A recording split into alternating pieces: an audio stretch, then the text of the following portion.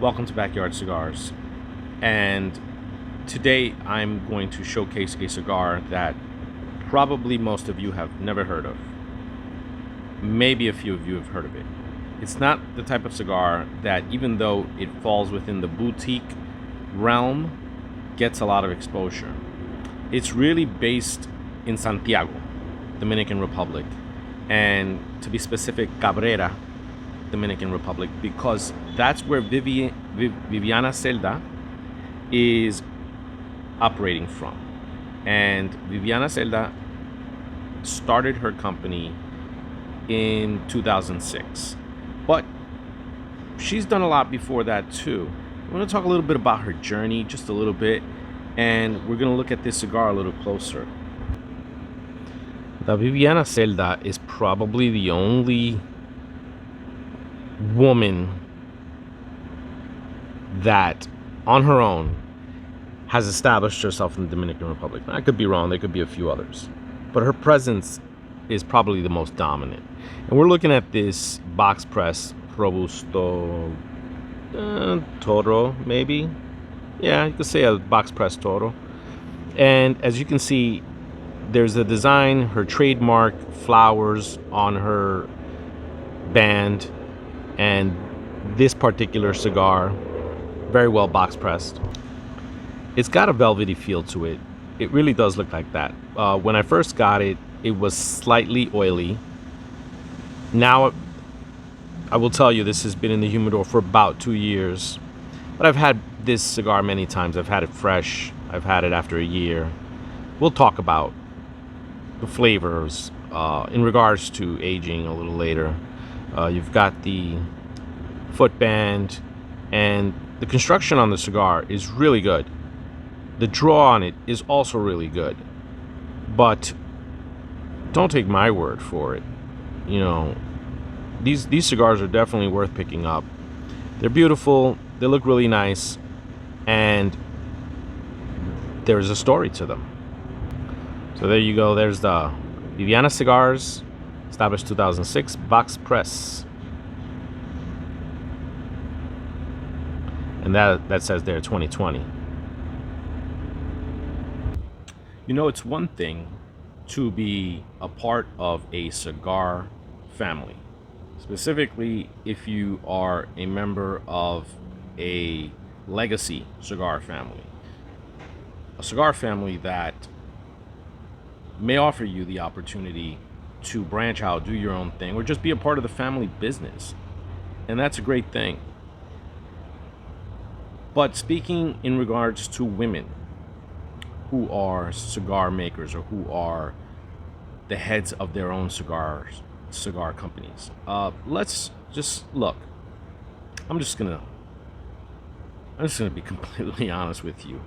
It's one thing to be a Carlito Fuente Jr.'s daughter or Manuel Quesada's daughter, and yeah, absolutely, they still have to earn their keep, and they still have to learn and know everything there is to know about the operation, and you can't take any credit away from them. But the opportunity was there for them because they were a part of this family, right? Whereas with Viviana Cerda, she didn't have that opportunity. She did work for Carlito Fuente. She worked for the company of Arturo Fuente. And she was basically someone who started in the factory, and she was a roller, and she practiced on that. She didn't feel very confident at first. She didn't think she was that great, but she took the course. She learned how to be a roller. She worked for Arturo Fuente for quite a while, for a few years to be exact, maybe 4, 5, 6 years, something like that. And this was during the cigar boom, right before the cigar boom and during the cigar boom. And at some point, she said to herself, you know what? I can do this. I know how to roll. I know how to blend. I can learn more, obviously, about having a cigar business, but I can do this. I have an artistic eye. I have a certain vision for how I want my cigar to stand out on the shelves. And again, even though she was employed within a cigar company, it she didn't have the opportunities that other individuals would have. So it was much more difficult for her as a woman and not having those connections. She had some connections that she built up over time working for Arturo Fuente, but it wasn't like anyone was going to spot her a warehouse or a factory or anything like that. She really had to work hard at it, and she did. And in 2006, she started Llanara Incorporated Cigars, and now it's Viviana Cigars. So she's made some strides, and I've had her cigars from when she, I don't want to say right from when she first started, but a few years after she started, and man, what a difference in the cigar quality. She said she was able to get better quality of cigar tobacco after a while, and just sticking with it, just being persistent, not letting the good old boys club shut her out, because she's got attitude and she's got spunk, and she's a strong Dominican woman, and she said she was going to do this and nothing was going to stop her. She was right. I mean, she made good on her word.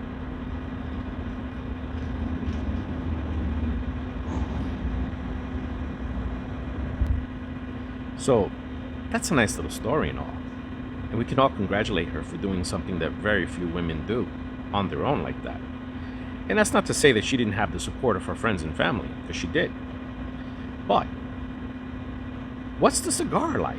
What's the quality of her cigars? Because that's really what matters at the end of the day, right? Well, the wrapper is an HVA Habana Vuelta Abajo Dominican leaf. The binder is a Criollo 98 Nicaraguan. The filler is Dominican Seco with some Nicaraguan Ligero. And a million times over, I can say it a million times over, the marriage between Nicaraguan tobacco and Dominican tobacco is just really, really great. So I remember that this particular cigar, when I first got the fresh pack a few years back, I gave one of these cigars to Jesus Martinez of Martinez Cigars. And I remember he says, yeah, all right, sure, I'll take it. I'll smoke it. I came back a few weeks later, and he goes, that cigar you gave me, that was really good. He goes, and that's Viviana? I know Viviana. He told me he knew her. He had met her. They had crossed paths a couple times. He was familiar with her work, and he told me he was completely surprised at just how good she had gotten and just how good the quality of her cigars had gotten. And he was thoroughly impressed. And mind you, I kept that cigar in my humidor for a couple weeks before giving it to him. Basically, he had a fresh version of the cigar. And there was a burst of cocoa. There was a burst of chocolatey sweetness. There was a little bit of hay. I don't know the age of the tobaccos that are being used here, by the way. And there was just a richness to the cigar. A richness with sweetness, very little pepper, some spices, a lot of cocoa, a lot of espresso coffee in the finish in the first half. That's what the cigar was like fresh. Now this cigar, like I mentioned before, I've had it for 2 years. So there will be some differences. We'll point them out. I've just mentioned to you what the cigar is like fresh. The draw is great, because one of the things that Viviana learned from working at Arturo Fuente was you gotta draw test your cigars. You gotta be diligent about draw testing your cigars. You cannot afford to have a tourist come into your shop in Cabrera or buy it from one of the airport shops, because some of her cigars are distributed along the airport route, and have them not be able to enjoy it because of a draw issue. So you can tell they've been draw tested.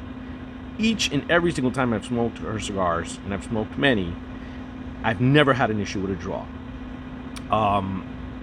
When she switched over to the better source of tobacco, the very first thing I noticed was that the wrapper leaf was improved.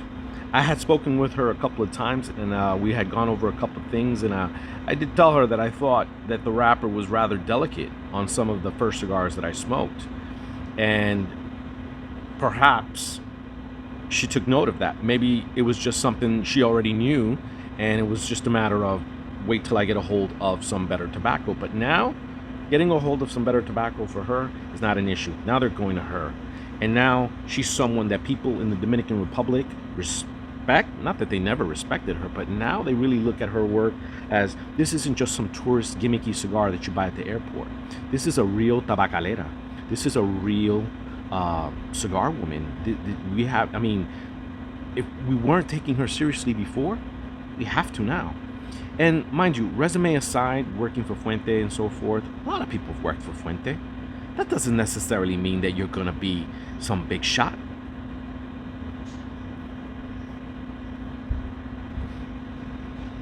So working for Fuente doesn't mean that, you know, you're a star in the making.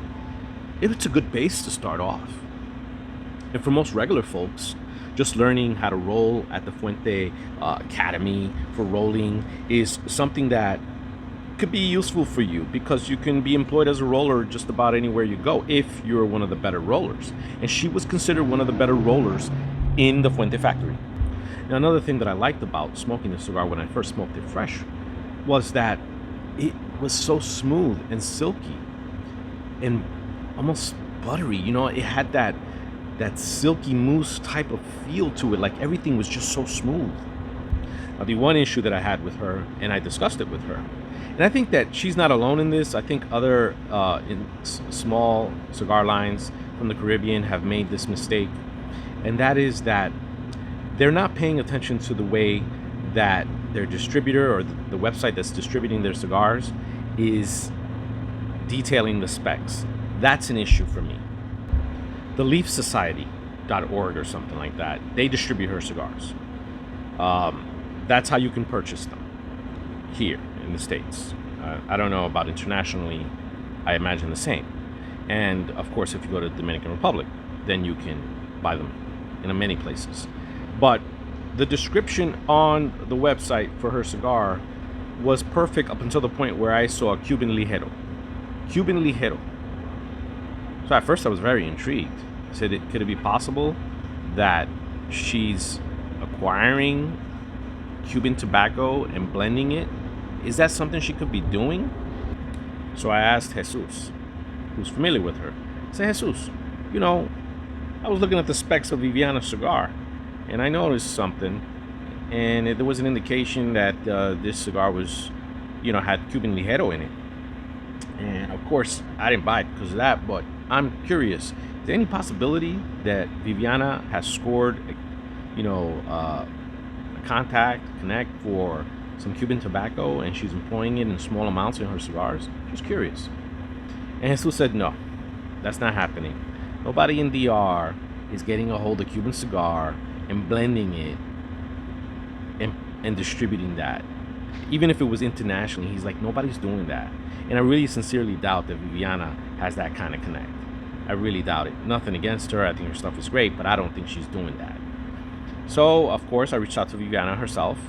Viviana Cerda is her name. And I explained her, and she said, no, there's no Cuban tobacco in my cigars. I've never used Cuban tobacco. What I have is Cuban seed Ligero. I said, come on. I said, and when we spoke, I said, you know, I spoke to her in Spanish, of course, and I said, look, you know, you've got to fix that, because if I'm an American and I am an American, I go on the website and I look at those specs and I don't know anything about cigars, and I don't even think twice, and I'm looking at the description and I see Cuban Ligero, I'm gonna think you've got Cuban filler in there, because the Cuban Ligero is listed under the filler part of the specs. So I said, you know, you should be more specific. Cuban seed Nicaraguan Ligero. But then I said, you know what? A lot of the stuff is Cuban seed. Like, why even bother? I said, you know, don't even bother with the word Cuba. Don't even bother with trying to incorporate that. I said, you know, I know that that's a catchword for a lot of cigar people, especially people that are looking for something like a Cuban cigar. But I said, you don't need that. You really don't. Your cigars are great without the description of anything Cuban in them or anything alluding to anything Cuban. And I was very direct with her, and she understood where I was coming from, and then she tried to deflect a little and say that, it could be a misunderstanding in how we look at things over here versus how you look at things over there. And at the end of the day, I said, listen, the way we look at things is wrapper, binder, filler. What's in it? If you've got something from Nicaragua, you say Nicaragua. If you've got something from Cuba, you say from Cuba. You don't pussyfoot with Cuban seed. But I liked that she was willing to talk to me. I liked that she was willing to converse with me. I liked that she was straight up with me. I liked that she responded professionally. And I liked that she told me I'll look into it. Now, I think the description was changed. I don't know, but that's neither here nor there. This cigar right now, aged 2 years, deep, rich cocoa flavor is still evident in the finish. It is still smooth. It is still silky. There's still a halite note that I get as well from the tobacco.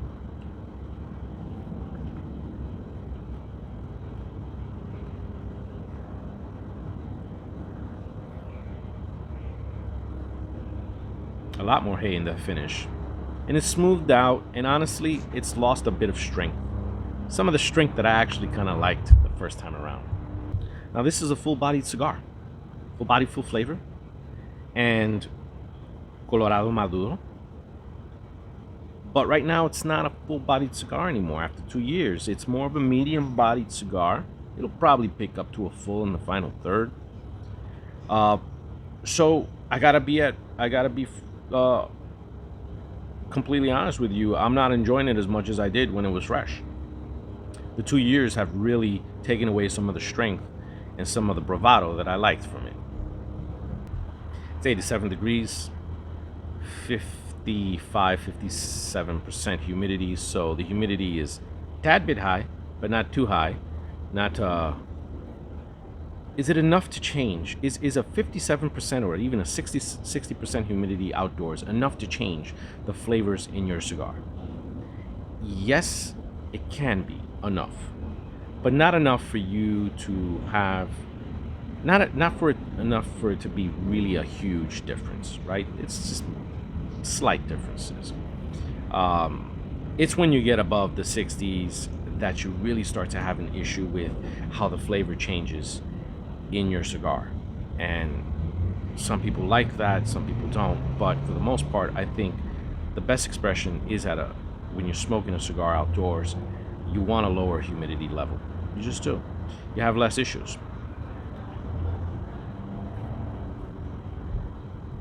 I've also said this before, that I don't personally think that most Dominican tobacco in cigars ages really well.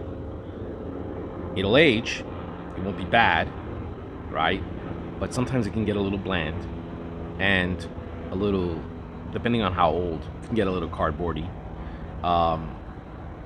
So I don't personally like to age most Dominican cigars.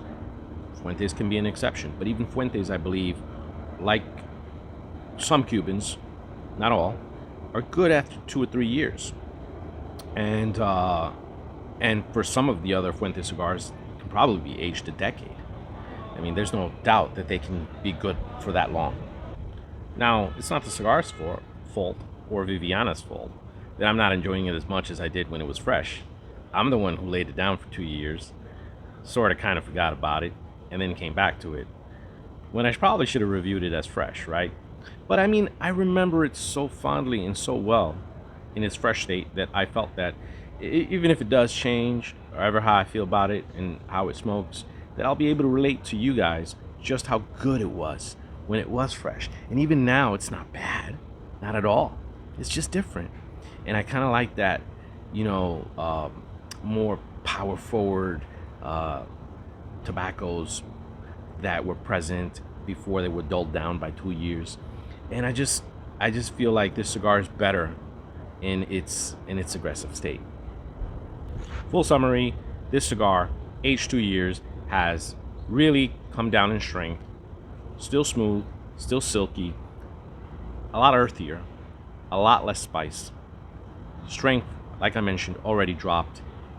Much more of that hay comes forward, less of the cedar, less of what I felt made this cigar something I enjoyed to the fullest. Because I really, really like her cigars. Not just this cigar, but all of them.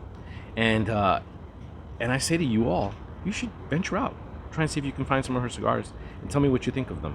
And have a happy Labor Day. Until next time on Backyard Cigars, thank you, ladies and gentlemen.